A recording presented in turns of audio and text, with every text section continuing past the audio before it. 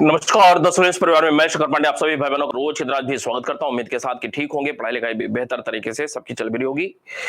पिछली क्लास में हम लोग बात कर रहे थे कैसे विश्व युद्ध में तमाम सारे यूरोपीय देश शामिल होते हैं, कैसे यह युद्ध एशिया में और अफ्रीका में भी संचालित होना शुरू हो गया।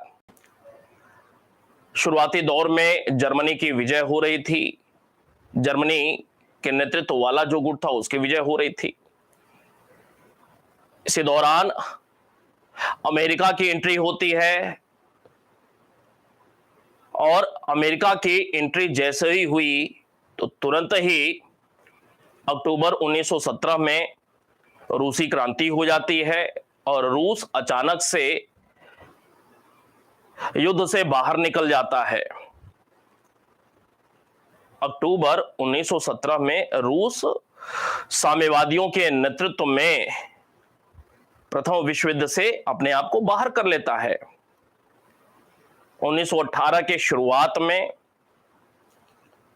मार्च 1918 में जर्मनी के साथ एक शांति समझौता करता है रूस।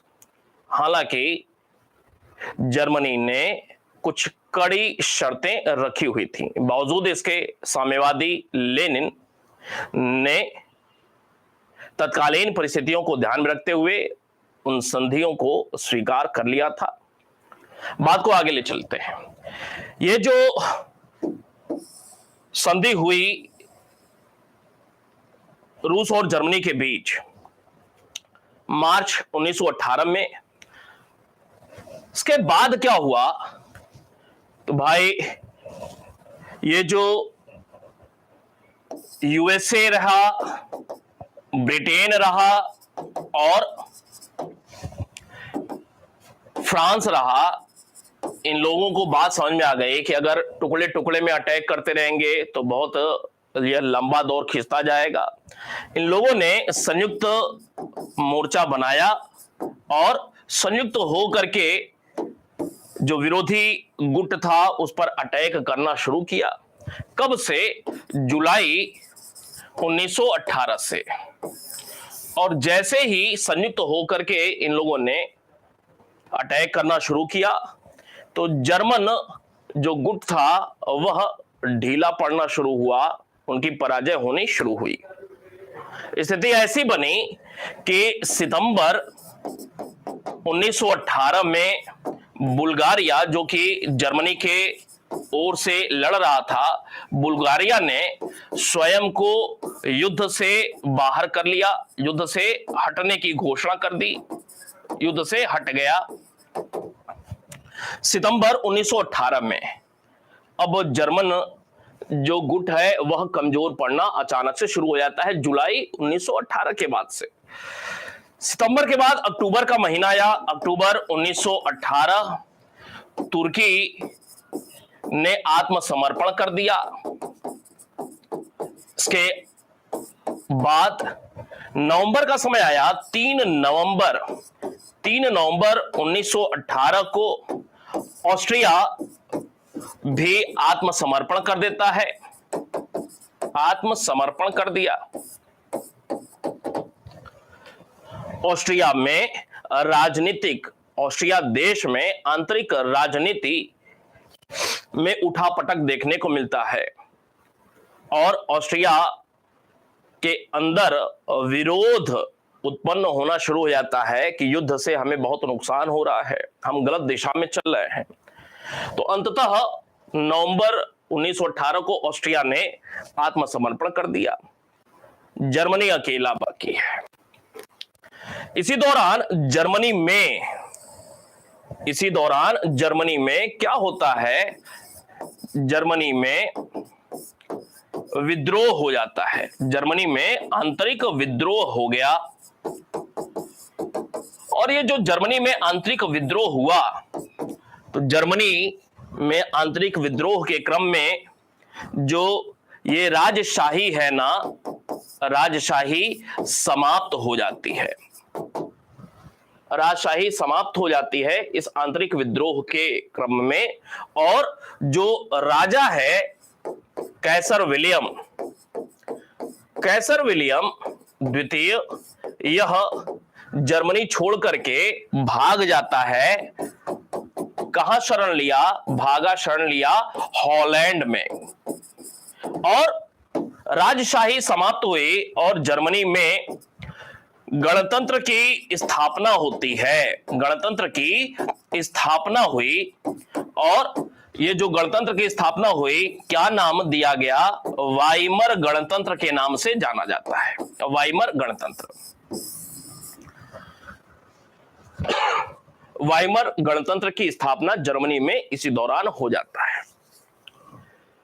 वाइमर गणतंत्र की स्थापना जर्मनी में हो चुकी है और जो जर्मनी के सहयोगी देश हैं, या तो वह युद्ध से हट चुके हैं या तो फिर आत्मसमर्पण कर चुके हैं। अंततः 11 नवंबर 1918 का दिन आता है। 11 नवंबर 1918 को यह जो नई सत्ता आई है जर्मनी में, वाइमर गणतंत्र, बताएंगे इसके विषय में भी। वाइमर गणतंत्र का जो प्रधानमंत्री है, प्रधानमंत्री सीडलर प्रधानमंत्री ने क्या किया? शांति स्थापित करने हेतु युद्ध विराम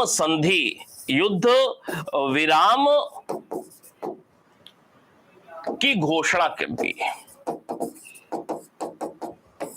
युद्ध विराम की घोषणा कर दी नवंबर 1918 में जर्मनी में।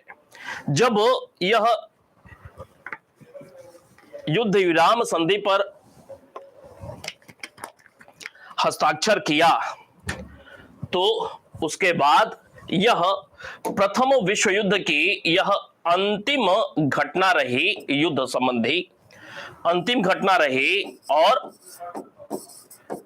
जर्मनी भी हथियार नहीं डाला है, जर्मनी हथियार नहीं डाला है, बल्कि युद्ध विराम की घोषणा करता है, युद्ध विराम की संधि करता है।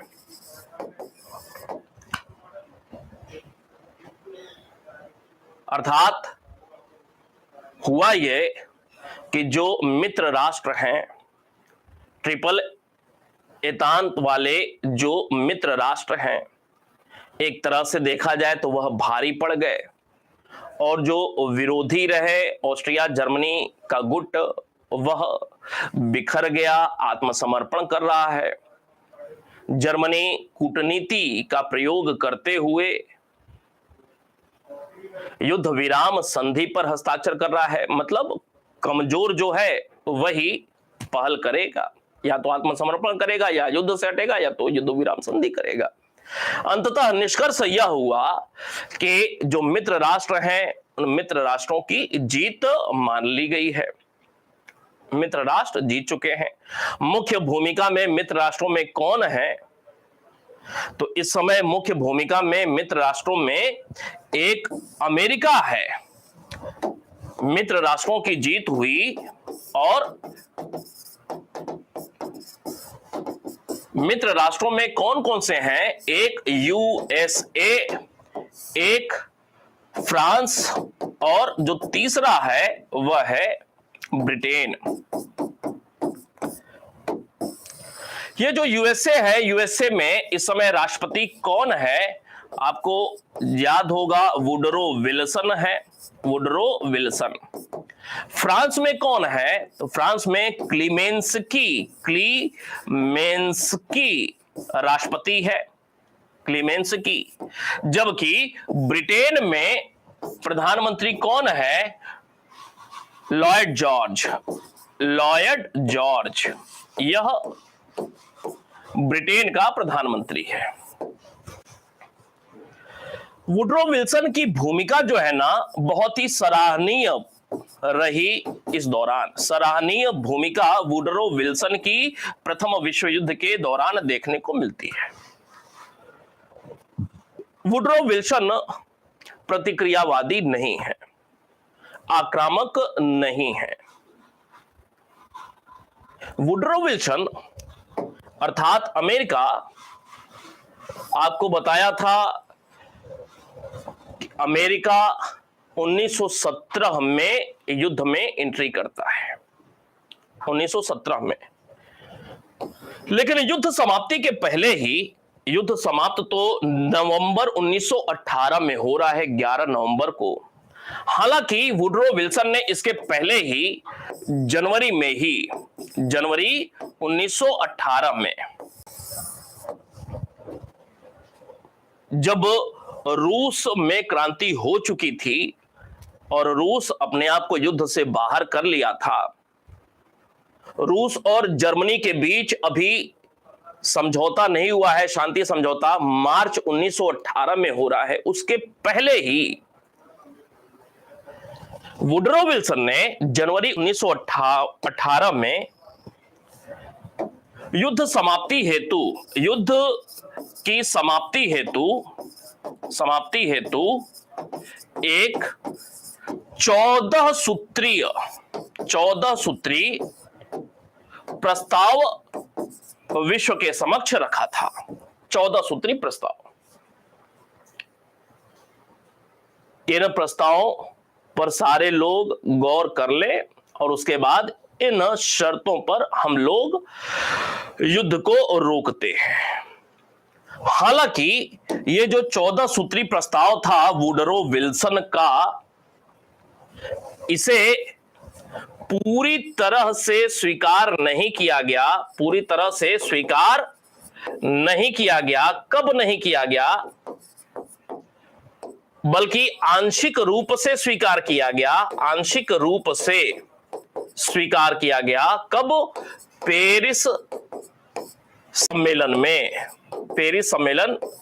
जो कि प्रथम विश्व युद्ध के बाद 1919 में हो रहा है, युद्ध समाप्ति के बाद। वुडरो विल्सन ने युद्ध के अंतिम दौर में एक प्रस्ताव दिया 14 सूत्रीय, लेकिन उस समय किसी ने इसे स्वीकार नहीं किया। बाद में स्वीकार किया गया पेरिस शांति सम्मेलन में युद्ध समाप्त होने के बाद 1919 में, लेकिन वहां भी पूरी तरह से नहीं, आंशिक रूप से इसकी कुछ बातों को स्वीकार किया गया था। अब प्रश्न बनता है कि यह जो 14 सूत्री प्रस्ताव है, इस प्रस्ताव में कुछ खास बातें क्या क्या रहीं? तो इस प्रस्ताव में कुछ खास बातें, 14 सूत्री प्रस्ताव में जो काम की बातें हैं परीक्षा के दृष्टिकोण से, जैसे एक बात थी इसमें कि यूरोपीय देशों को आपस में खुली बातचीत करना चाहिए, एक बात। दूसरी बात इसमें यह थी कि जो भी जहाज एक दूसरे के पकड़े गए हैं, जहाज रानी को स्वतंत्र करना चाहिए, जहाज रानी की स्वतंत्रता। तीसरी बात इसमें यह थी कि यह जो अल्सास लॉरेन का क्षेत्र वह फ्रांस को वापस मिलना चाहिए, फ्रांस को वापस होना चाहिए, अल्सास लॉरेन का क्षेत्र। इसके अलावा आपको याद होगा कि जब प्रथम विश्व युद्ध की शुरुआत हो रही है तो जर्मनी ने फ्रांस पर दबाव डालने के लिए बेल्जियम पर अटैक किया था। 4 अगस्त 1914 को बेल्जियम पर अटैक किया था। और 14 सूत्री प्रस्ताव में एक प्रस्ताव यह भी था कि जर्मनी बेल्जियम को स्वतंत्र कर दे, अर्थात बेल्जियम की स्वतंत्रता भी इस प्रस्ताव में देखने को मिला।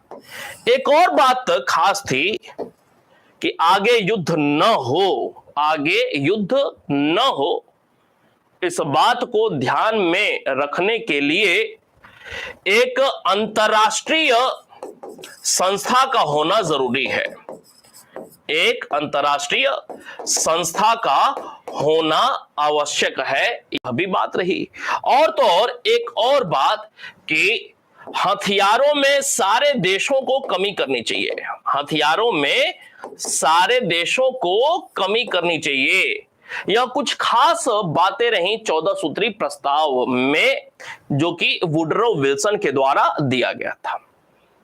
हालांकि जब जनवरी में यह प्रस्ताव दिया गया तो कोई भी इसे स्वीकार नहीं किया। बाद में थोड़े बहुत अंश इसके स्वीकार किए गए। पेरिस शांति सम्मेलन में जब प्रथम विश्व युद्ध समाप्त हो गया और आगे की रणनीति क्या हो उसको लेकर के जो पेरिस में समझौता हुआ, तो ये तमाम सारी बातें युद्ध के दौर में क्या क्या रही खास वह आपको बताया।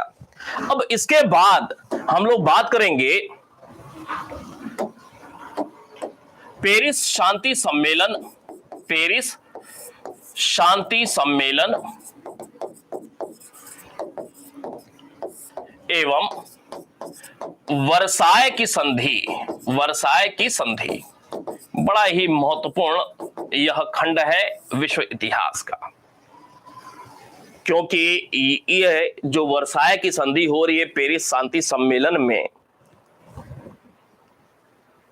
यह वही वर्साय की संधि है जो कि दूसरे विश्व युद्ध की पृष्ठभूमि बना देगी। पहले विश्व युद्ध का होना इसकी पृष्ठभूमि बनी थी फ्रैंकफर्ट की संधि में 1871 में, जब फ्रांस से अल्सास लॉरेन का क्षेत्र ले लिया जर्मनी ने। फ्रांस के साथ युद्ध हर जाना की भी बात थी। फ्रांस को युद्ध हर जाना देना था जर्मनी को। फ्रैंकफर्ट की संधि फ्रांस के लिए अपमानजनक संधि थी। और तो और फ्रैंकफर्ट संधि में फ्रांस को और अपमानित करने के लिए फ्रांस देश के वर्साय के राजमहल में प्रशा के राजा को जर्मनी का राजा घोषित किया गया था। यह तीन खास बातें थी फ्रैंकफर्ट संधि में। और कहा भी जाता है कि फ्रैंकफर्ट संधि यूरोप का रिसने वाला घाव था जिसने प्रथम विश्व युद्ध की पृष्ठभूमि बना दी थी। तो फ्रैंकफर्ट संधि में फ्रांस के साथ जर्मनी ने अपमानजनक व्यवहार किया था। अब जर्मनी की पराजय, फ्रांस वाला गुट जीत चुका है। इतिहास अपने आप को दोहरा रहा है दूसरे रूप में। यह जो पेरिस शांति सम्मेलन हो रहा है यह 1919 की बात है। समझिएगा, महत्वपूर्ण बात है। पेरिस शांति सम्मेलन में जो पराजित देश है ना, पराजित देशों के साथ जो मित्र राष्ट्र हैं, मित्र राष्ट्र ने कुछ संधि की। प्रश्न बनेगा, परीक्षा के दृष्टिकोण से महत्वपूर्ण भी है, किस देश के साथ कौन सी संधि हुई। तो भाई आपको याद है बुल्गारिया, आपको याद है ऑस्ट्रिया, आपको याद है हंगरी, आपको याद है तुर्की, आपको याद है जर्मनी। ये पराजित लोग हैं। ऑस्ट्रिया के साथ, ये बुल्गारिया के साथ जो संधि की गई पेरिस शांति सम्मेलन में, बहुत सारी संधियां समाहित हैं। उन बहुत सारी संधियों में एक वर्साय की संधि भी है। अभी बताते हैं। ये जो बुल्गारिया है, बुल्गारिया के साथ कौन सी संधि की गई थी? नुईली की संधि हुई। नुईली की संधि किसके साथ? बुल्गारिया के साथ। ऑस्ट्रिया के साथ किस नाम की संधि हुई? तो इसके साथ सेंट जर्मेन की संधि हुई। सेंट जर्मेन की संधि। हंगरी के साथ कौन सी संधि हुई? तो हंगरी के साथ त्रियोनी की संधि हुई। त्रियोनी की संधि। जबकि तुर्की के साथ आत्मसमर्पण किया था तुर्की ने। सेब्रे की संधि हुई, सेब्रे की संधि हुई, और सबसे महत्वपूर्ण, सबसे विख्यात जो संधि हुई वह जर्मनी के साथ हुई। कौन सी? वर्साय की संधि, वर्साय की संधि।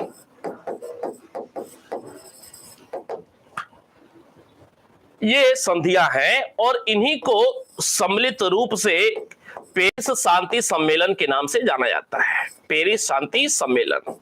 तो पेरिस शांति सम्मेलन में मुख्य रूप से यह 5 संधियां देखने को मिलती हैं इन देशों के साथ। लेकिन जो सबसे महत्वपूर्ण संधि रही इस पेरिस शांति सम्मेलन की, जो सबसे महत्वपूर्ण संधि रही, वह सबसे महत्वपूर्ण संधि जर्मनी के साथ वर्साय की संधि रही। यह सर्वाधिक महत्वपूर्ण संधि रही क्योंकि यह कालांतर में, यह संधि कालांतर में दूसरे विश्व युद्ध की पृष्ठभूमि का निर्माण करेगा, पृष्ठभूमि का निर्माण करेगा। पहले विश्व युद्ध की पृष्ठभूमि का निर्माण फ्रैंकफर्ट की संधि ने किया था, जबकि दूसरे का अब यह वर्साय की संधि करेगा। समझिए कैसे। ये जो वर्साय की संधि हो रही है या पेरिस शांति सम्मेलन, यह मई की बात है, 7 मई का दिन 1919। यह वर्साय की संधि जर्मनी के साथ मित्र राष्ट्र कर रहे हैं। मित्र राष्ट्रों में 3 देश विशेष रूप से, अमेरिका, फ्रांस, ब्रिटेन। इन देशों की भूमिका और विचारधारा भी अलग अलग है। अमेरिका का जो राष्ट्रपति है वह सुधारात्मक प्रक्रिया चाह रहा था कि एक ऐसी व्यवस्था युद्ध के बाद की जाए पेरिस शांति सम्मेलन में कि वर्षों तक यूरोप में शांति का माहौल बना रहे। तो यह प्रतिक्रियावादी नहीं है, सुधारात्मक व्यवस्था चाह रहा था। इंग्लैंड साम्राज्यवादी देश, औपनिवेशिक देश, वह चाह रहा था कि जर्मनी को पंगु बना दिया जाए, जर्मनी को इस प्रकार की संधि जर्मनी के साथ की जाए कि उसको पंगु बना दिया जाए, ताकि आगे वह कुछ ऐसा न कर सके जिससे जो एक सिस्टम चला रहा है उसमें तनाव पैदा हो। फ्रांस ज्यादा स्वार्थी निकला। यह जो पेरिस शांति सम्मेलन हो रहा है फ्रांस में ही तो हो रहा है। फ्रांस ज्यादा स्वार्थी है क्योंकि उसे फ्रैंकफर्ट की संधि, सेडान युद्ध का बदला लेना है। उसके साथ जो अपमानजनक व्यवहार किया गया था ठीक 50 वर्ष पहले, 1919 में यह संधि हो रही है जर्मनी के साथ वर्साय की या पेरिस शांति सम्मेलन। 1870 में 49 साल पहले, लगभग 50 वर्ष पहले सेडान का युद्ध जर्मनी ने प्रशा के नेतृत्व में पराजित किया था फ्रांस को, और 71 में फ्रैंकफर्ट की संधि किया था। और वर्साय के, फ्रांस स्थित वर्साय के राजमहल में प्रशा के राजा को जर्मनी का राजा घोषित किया गया था। बदला चुकाने का मौका मिला था फ्रांस को जर्मनी के खिलाफ। तो तीनों जो प्रमुख देश हैं मित्र राष्ट्र, तीनों की सोच अलग है। और वर्साय की संधि या पेरिस शांति सम्मेलन में किसकी सोच ज्यादा प्रभावी रही, किसकी ज्यादा दाल गली, किसकी ज्यादा चली? फ्रांस की ज्यादा चली, क्लेमेंस्की की ज्यादा चली। क्या हुआ? तो यह जो वर्साय की संधि हुई जर्मनी के साथ, पहले तो यह समझ लें काफी ज्यादा अपमानजनक संधि थी, अपमानजनक संधि थी, काफी ज्यादा अति अपमानजनक और अति कठोर संधि, अति कठोर संधि। इसी अपमान और इसी कठोरता के वजह से ही दूसरे विश्व युद्ध की पृष्ठभूमि यह वर्साय की संधि बना देती है। कैसे? समझने की बात है, जानने की बात है। अपमानजनक या कठोर कैसे है? तो यह जो वर्साय की संधि है, वर्साय की संधि में जर्मनी को प्रथम विश्व युद्ध का अकेला जिम्मेदार ठहराया गया, अकेला जिम्मेदार ठहराया गया। एक बात। दूसरी बात, यह भी उसके ऊपर आरोप लगाया गया कि उसके सैन्यवाद, उसके शस्त्रीकरण, अति शस्त्रीकरण की वजह से यूरोप युद्ध की आग में चला गया। अतः जर्मनी को निशस्त्रीकरण करना पड़ेगा। जर्मनी के लिए निशस्त्रीकरण की बात की गई। जर्मनी ने कहा कि भाई, हमने युद्ध विराम संधि पर जो समझौता किया तो उसमें जिन शर्तों पर, जिन बातों पर हमने सिग्नेचर किया, हस्ताक्षर किया युद्ध विराम संधि में, वो शर्तें तो वर्साय की संधि में देखने को मिल ही नहीं रही हैं। वो बातें सिर्फ हमें ही क्यों, सिर्फ जर्मनी को ही क्यों प्रथम विश्व युद्ध होने में अकेला जिम्मेदार माना जा रहा है? सिर्फ हम ही दोषी हैं। एक बात। और निशस्त्रीकरण होगा तो पूरे यूरोप का होना चाहिए ना, सिर्फ हमारे लिए ही यह शर्त क्यों हो रही है? जब यह दो बातें निकल करके आई, वर्साय की संधि के अभी पहले ही का ही माहौल है ये वैसे, जब ये दो बातें निकल करके आई तो ऐसे में इन दो बातों के आधार पर ही संधि होनी थी। जब यह बात निकल करके आई तो जर्मनी में जो वाइमर गणतंत्र की स्थापना हुई थी ना, नया वाइमर गणतंत्र था,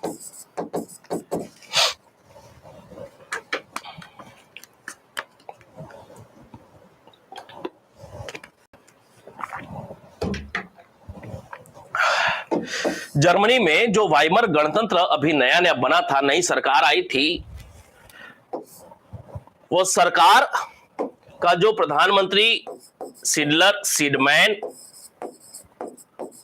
सीडमैन ने त्याग पत्र दे दिया। समझते रहिएगा, प्रथम विश्व युद्ध समाप्त हो चुका है, वर्साय की संधि अभी होनी है, उसके ठीक पहले का जो माहौल है वो हम लोग बात कर रहे हैं। वर्साय की संधि होने के पहले किन आधारों पर वर्साय की संधि होगी, यह बातें प्रकाशित हो रही हैं। किन आधार पर संधि होगी वर्साय की? तो जर्मनी को प्रथम विश्व युद्ध का अकेला जिम्मेदार माना गया है, और जर्मनी को चूंकि अकेला जिम्मेदार माना गया है तो सिर्फ और सिर्फ निशस्त्रीकरण का प्रावधान जर्मनी के लिए लागू होगा। जर्मनी ने कहा कि भाई ये तो गलत आधार बताया जा रहा है, इस पर हम संधि कैसे करेंगे? पेरिस शांति सम्मेलन में हम कैसे जाएंगे इन बातों के साथ? जर्मनी की जनता भी इन बातों की वजह से नाराज थी। नया वाइमर गणतंत्र, राजतंत्र समाप्त करके वहां पे बना हुआ था प्रधानमंत्री सीडमैन, सीडमैन को लगा जनता बहुत नाराज होगी अगर इन बातों पे हम चले आते हैं हस्ताक्षर करने के लिए वर्साय में। इन्होंने जनता की नाराजगी को समझते हुए सीडमैन ने त्यागपत्र दे दिया। और सीडमैन ने जब त्यागपत्र दे दिया तो इसके बाद नया प्रधानमंत्री बना, नया प्रधानमंत्री चांसलर बना वहां कौन?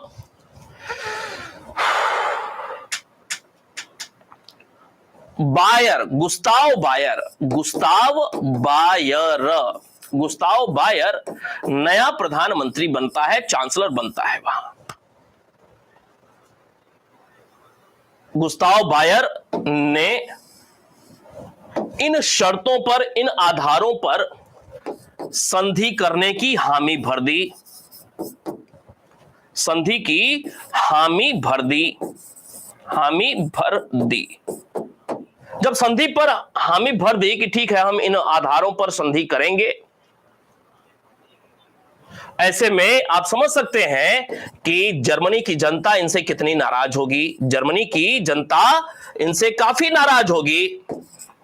गुस्ताव बायर से भाई सर कटा लो, इस अपमानजनक आधार पर कैसे संधि करोगे तुम, हम जर्मन्स हैं। लेकिन गुस्ताव बायर ने हामी भर दी और गुस्ताव बायर ने अपने विदेश मंत्री को भेजा, विदेश मंत्री को जिसका नाम था हमेन म्यूलर। हमेन म्यूलर के नेतृत्व में एक प्रतिनिधि मंडल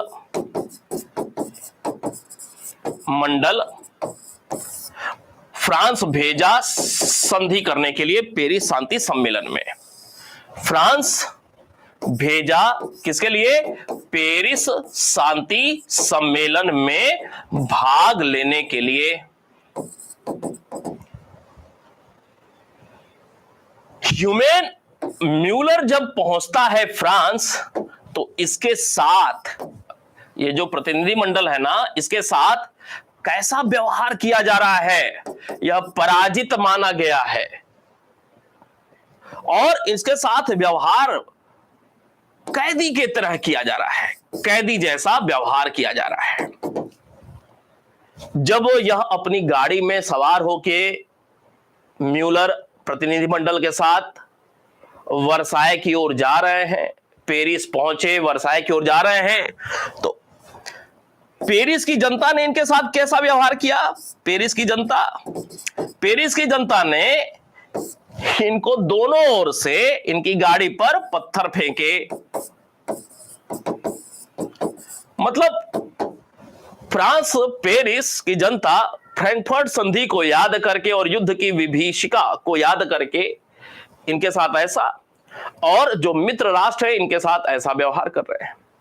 गए और इन्होंने पेरिस शांति सम्मेलन के अंतर्गत वर्साय की संधि पर हस्ताक्षर किया।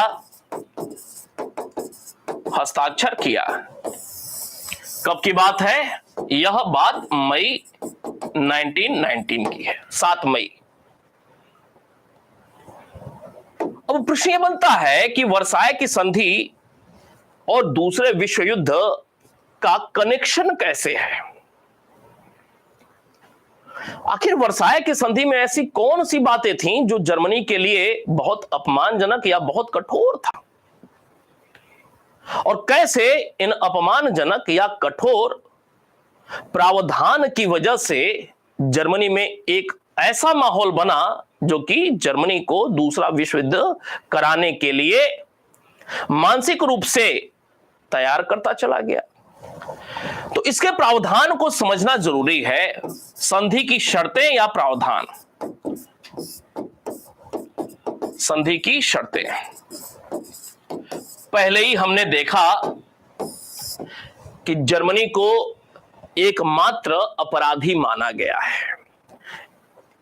जर्मनी को प्रथम विश्व युद्ध का एकमात्र कारण बताया गया है और निशस्त्रीकरण तुम्हें ही करना है, यह भी बात पहले ही बताई जा चुकी है। इसकी संधि की शर्तें क्या क्या हैं? इसमें पहली बात, बहुत ध्यान से देखिएगा, बहुत काम की बात छुपी हुई है इसमें। पहली बात जो थी वह यह कि अल्सास लॉरेन का क्षेत्र फ्रांस को दिया जाएगा। एक बात, कोई दिक्कत नहीं है, फ्रांस का क्षेत्र था, जर्मनी के नियंत्रण में था, वापस फ्रांस को जाएगा, कोई दिक्कत नहीं। दूसरी बात,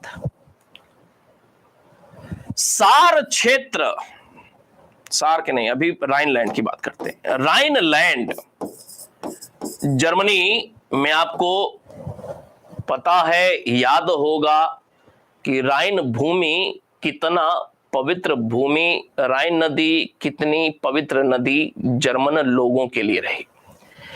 राइनलैंड का जो क्षेत्र है, राइन नदी के आसपास का क्षेत्र राइनलैंड, जो कि जर्मन्स के लिए बहुत पवित्र क्षेत्र माना जाता था प्राचीन काल से, तो इसे राष्ट्र संघ के नियंत्रण में कर दिया गया। राष्ट्र संघ के नियंत्रण में कर दिया गया। राइनलैंड क्षेत्र को राष्ट्र संघ के नियंत्रण में कर दिया गया और न सिर्फ राष्ट्र संघ के नियंत्रण में किया जा रहा है, बल्कि यह भी किया जा रहा है कि यहां पर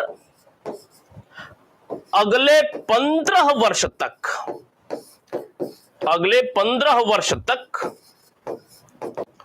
मित्र राष्ट्रों की सेना रहेगी। मित्र राष्ट्रों की सेना तैनात होगी। अर्थात एक तरीके से राइनलैंड क्षेत्र में पूर्ण निःशस्त्रीकरण कर दिया गया जर्मनी के लिए। जर्मनी को बिल्कुल पंगु बना दिया गया, यहां पे निःशस्त्रीकरण कर दिया गया। अगली बात, राइनलैंड भूमि के अलावा सार क्षेत्र की बात करते हैं। सार क्षेत्र जर्मनी का सार क्षेत्र जो है वह कोयला उत्पादन के लिए विशेष रूप से जाना जाता था। सार क्षेत्र कोयला उत्पादन या कोयला खान के लिए बहुत ही फेमस आज भी है, पहले भी था। जर्मनी का रूर कहा जाता है। यह जो सार क्षेत्र था, यद्यपि इसे भी राष्ट्र संघ के नियंत्रण में किया गया,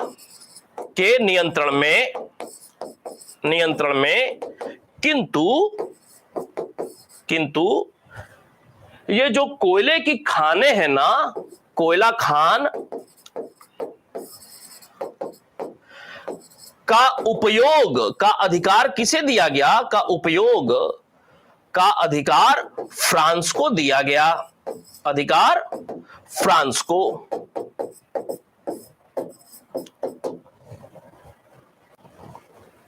फ्रांस को जो अधिकार दिया जा रहा है, किस आधार पर दिया जा रहा है कि लगभग 50 वर्ष से अल्सास लॉरेन जर्मनी के नियंत्रण में था और जर्मनी ने वहां से कमाई किया ही होगा, तो अब फ्रांस को सार क्षेत्र से कमाई करने का हक बनता है।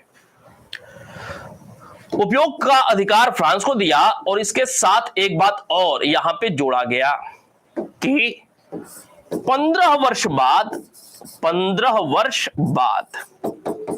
सार क्षेत्र में जनमत संग्रह कराया जाएगा। 15 वर्ष बाद सार क्षेत्र में जनमत संग्रह कराया जाएगा। जनमत संग्रह होगा और यदि सार क्षेत्र के लोग जनमत संग्रह में अगर कह दिए, निर्णय लिए कि हम फ्रांस के साथ रहेंगे, तो यह क्षेत्र फ्रांस के अधीन हमेशा के लिए हो जाएगा। या अगर जनमत संग्रह में यदि निर्णय यहां के लोगों ने जर्मनी के साथ विलय का किया, तो ऐसे में क्या करना होगा। और एक क्लास जोड़ा गया कि यदि सार क्षेत्र के लोगों ने जर्मनी के साथ जाने का निर्णय किया, तो जर्मनी को इस क्षेत्र का मूल्य देना होगा फ्रांस को, अर्थात खरीदना पड़ेगा। सार क्षेत्र के जो कोयले खदान है, कोयला खदान जो है, कोयला क्षेत्र, वह फ्रांस से खरीदना पड़ेगा। क्यों भाई, बात स्पष्ट है। तो यह कुछ बातें रही सार क्षेत्र के संदर्भ में। इसके अलावा और भी कुछ बातें, ये जो समझौता हो रहा है वर्साय का, इसमें आपको याद होगा होल्स्टीन और श्लेसविग के क्षेत्र प्रशा और जर्मनी के एकीकरण के क्रम में कितने महत्वपूर्ण थे। डेनमार्क के साथ युद्ध किया था प्रशा ने, श्लेसविग, होल्स्टीन, और फिर गैस्टाइन का समझौता ऑस्ट्रिया के साथ किया था, नहीं 1860। तो जो श्लेसविग का क्षेत्र था, श्लेसविग क्षेत्र, यह पुनः किसको दिया गया, डेनमार्क को दिया गया। इसके अलावा बेल्जियम पर नियंत्रण कर लिया था ना, 4 अगस्त को फ्रांस को दबाव में लाने के लिए बेल्जियम पर नियंत्रण कर लिया था। किसने, जर्मनी ने। ऐसे में जर्मनी को अब अपने कुछ क्षेत्र बेल्जियम को देने होंगे। कौन से, तो बेल्जियम को मार्शनेट नामक कोई क्षेत्र है, एंड मेलमेडी क्षेत्र जर्मनी को देना होगा। किसको, बेल्जियम को देना होगा। इसके अलावा और भी कुछ बातें बहुत सारी हैं। समझिए कि कैसे जर्मनी को बिल्कुल खत्म करने का कार्य किया जा रहा है। इसके अलावा और बातें, और महत्वपूर्ण बातें, इससे भी ज्यादा महत्वपूर्ण बातें। अगली बात नीचे लिखते हैं, यह कि अगली बात, जर्मनी का एक फेमस बंदरगाह है, जिसका नाम है डानजिंग। डानजिंग बंदरगाह के उपयोग का अधिकार किसे दिया गया, उपयोग का अधिकार पोलैंड को दिया गया। पोलैंड को, ये पोलैंड कहां से आ गया, तो प्रथम विश्व युद्ध के बाद याद रखिए, प्रथम विश्व युद्ध के बाद पेरिस शांति सम्मेलन में कुछ नए स्वतंत्र राज्यों का उदय हुआ। किस आधार पर उदय हुआ, एक एक भाषा, एक संस्कृति वाले लोगों को हेतु एक देश, यह किया गया। और इसी क्रम में एक जाति, एक भाषा, पोलिश वालों के लिए पोलिश संस्कृति वालों के लिए पोलैंड नामक नया देश बना पेरिस शांति सम्मेलन में। चेक जाति भाषा वाले के लिए चेकोस्लोवाकिया, हालांकि बाद में, काफी बाद में जाकर के चेक और स्लोवाकिया दो अलग अलग यहां भी विभाजन हो जाता है, लेकिन फिलहाल प्रथम विश्व युद्ध में ये। और इसी कड़ी में एक और देश देखने को मिला, युगोस्लाविया। यह 3 नए स्वतंत्र देश बने यूरोप के मानचित्र में। डांजिंग जब बंदरगाह था, नया जो पोलैंड देश बना है ना, तो पोलैंड को अधिकार दे दिया गया डांजिंग बंदरगाह का उपयोग करने के लिए। जबकि एक और बंदरगाह है मेमेल बंदरगाह, यह लिथुआनिया को दे दिया गया। लिथुआनिया को यह बंदरगाह हमेशा के लिए दे दिया गया। तो यह कुछ नई बातें देखने को मिल रही हैं वर्साय की संधि में। इसके अलावा और कुछ बातें, यह जो बंदरगाह की बात हम लोग कर रहे हैं, ये बेसिकली जर्मनी की पूर्वी सीमा है, जर्मनी का पूर्वी क्षेत्र है। और इस पूर्वी क्षेत्र में सर्वाधिक नुकसान जर्मनी को सहना पड़ा था। इस वर्साय की संधि में सर्वाधिक नुकसान जर्मनी के किस क्षेत्र को हुआ? पूर्वी क्षेत्र को हुआ। कैसे? क्योंकि इन कारणों से क्या हुआ, जर्मनी का लगभग 25,000 वर्ग मील भूमि जर्मनी से निकल गई, हाथ से निकल गई, लगभग 25,000। और लगभग 70 लाख जनसंख्या भी जर्मनी से बाहर हो गई। जर्मनी से बाहर मतलब पहले जर्मनी था, ये 70 लाख लोग जर्मनी के थे, लेकिन अब नया प्रादेशिक जो व्यवस्था बना, ये जो भी सारी बातें हमने की वह प्रादेशिक व्यवस्था के अंतर्गत बातें की। इधर का क्षेत्र उधर किया जा रहा है वर्साय की संधि के अंतर्गत। यह तमाम सारी बातें जो हमने की, यह बातें प्रादेशिक व्यवस्था के अंतर्गत देखने को मिली। प्रादेशिक व्यवस्था,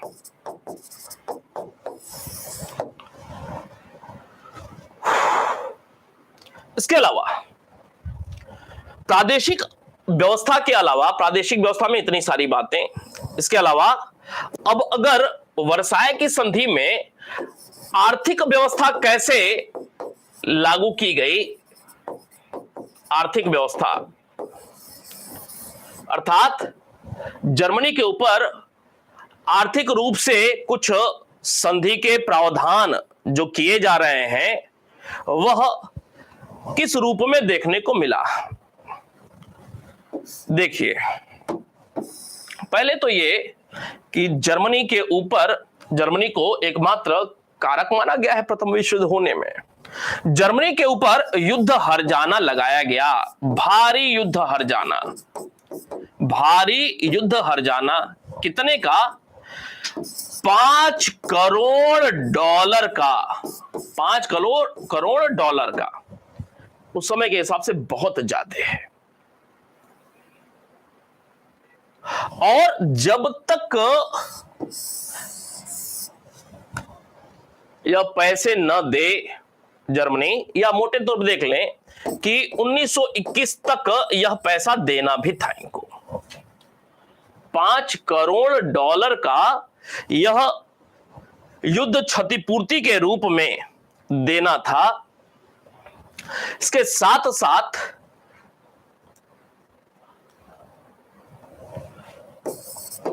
तमाम सारी ऐसी वस्तुएं रहीं, अनेक वस्तुओं के आयात निर्यात पर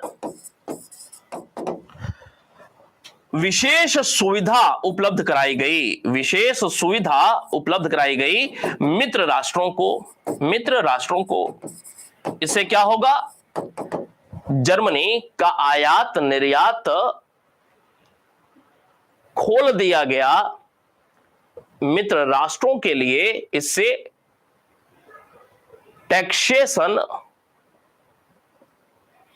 में जर्मनी को नुकसान होगा।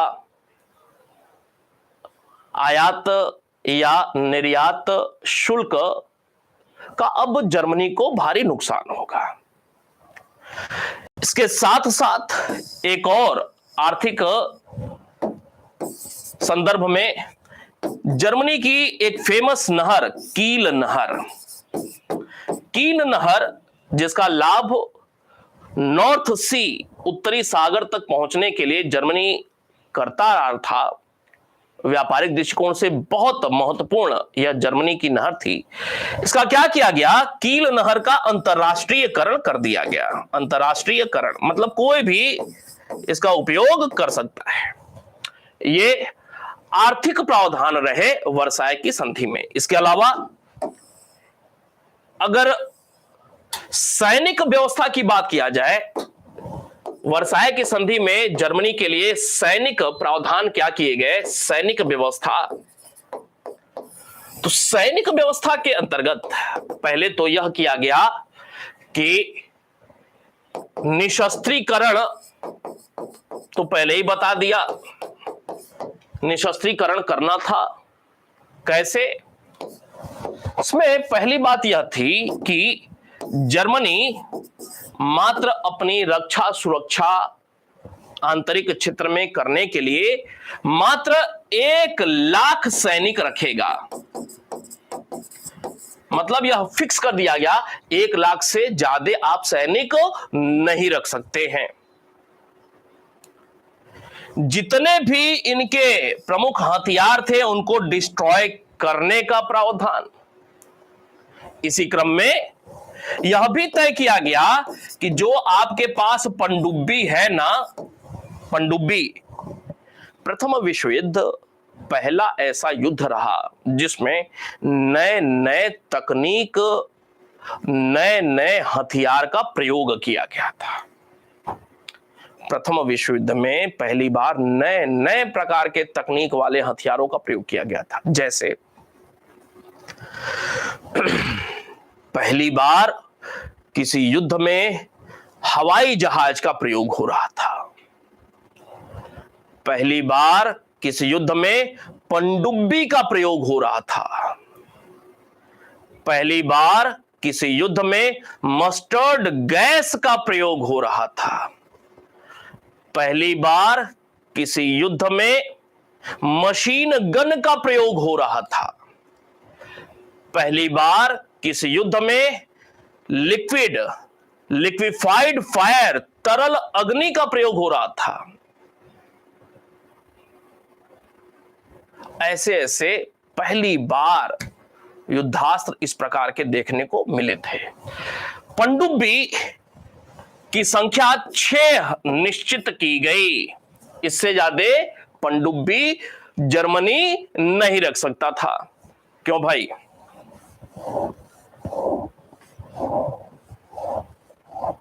पनडुब्बी या ये जलयान सैनिक फिक्स कर दिए गए, पनडुब्बी या जलयान फिक्स कर दिए गए। इसके साथ यह भी किया गया कि यह जो जर्मनी है, जर्मनी को पूरी तरह से निशस्त्रीकृत कर दिया जाए और जर्मनी को पूरी तरह से सैन्य दृष्टि से पंगु बना दिया जाए, यह उद्देश्य था। पनडुब्बी को छीन लिया गया है। जलयान सिर्फ 6 रख सकता था, पनडुब्बी को मित्र राष्ट्रों ने छीन लिया था, ऐसी बात थी संभवतः। तो ये कुछ प्रावधान थे आर्थिक संदर्भ में जर्मनी के लिए। मतलब कहने का यह, आपको ये सारी चीजें जो बता रहा था, इसका उद्देश्य क्या था? यह बताना कि जर्मनी के साथ जो पेरिस शांति सम्मेलन में इतना वर्साय की संधि के तहत इतनी ज्यादा अपमानजनक कठोर प्रावधान वाली संधि आरोपित की गई कि जर्मनी को निश्चित रूप से हर प्रकार से, आर्थिक, सामरिक, हर प्रकार से पंगु बना देने का प्रयास किया गया था। यह जो वर्साय की संधि हो रही है, समझें, वर्साय की संधि को लेकर के कि यह वर्साय की संधि क्यों इतना महत्वपूर्ण हो जा रहा है, क्योंकि एक तरफ जहां पे हमने यह सब वर्साय संधि के प्रावधान देखे महत्वपूर्ण, इसके साथ साथ महत्वपूर्ण बात यह भी थी कि यह वर्साय की संधि जो 1919 में हो रहा है जर्मनी के साथ, तो ये वही वर्साय है जहां 50 वर्ष पहले जर्मनी का एकीकरण हुआ था। ये वही वर्साय है जहां पे प्रशा के राजा को जर्मनी का राजा घोषित किया गया था। अर्थात ये वही वर्साय है जहां पर जर्मनी का उद्भव हुआ था, जर्मनी का जन्म हुआ था, जर्मनी का एकीकरण हुआ था, जर्मनी का जन्म हुआ। और इसी वर्साय के राजमहल में जर्मनी की कब्र ही खोद डाली गई। इतना भयंकर, कठोर, अपमानजनक शर्त वर्साय की संधि में थे। अब आप समझ सकते हैं कि जर्मनी में कुछ लोग क्यों नहीं इस अपमान का बदला लेने के लिए कुछ न कुछ प्रयास करेंगे। अगली क्लास में हम लोग राष्ट्र संघ के विषय में कुछ बातों को जानेंगे। राष्ट्र संघ का गठन होता है एक नई वैश्विक संस्था के रूप में, लेकिन बहुत लंबा नहीं चल पाया, फेल कर गया राष्ट्र संघ। क्यों फेल कर गया, इसके विषय में हम लोग बात करेंगे। मिलते हैं फिर, धन्यवाद।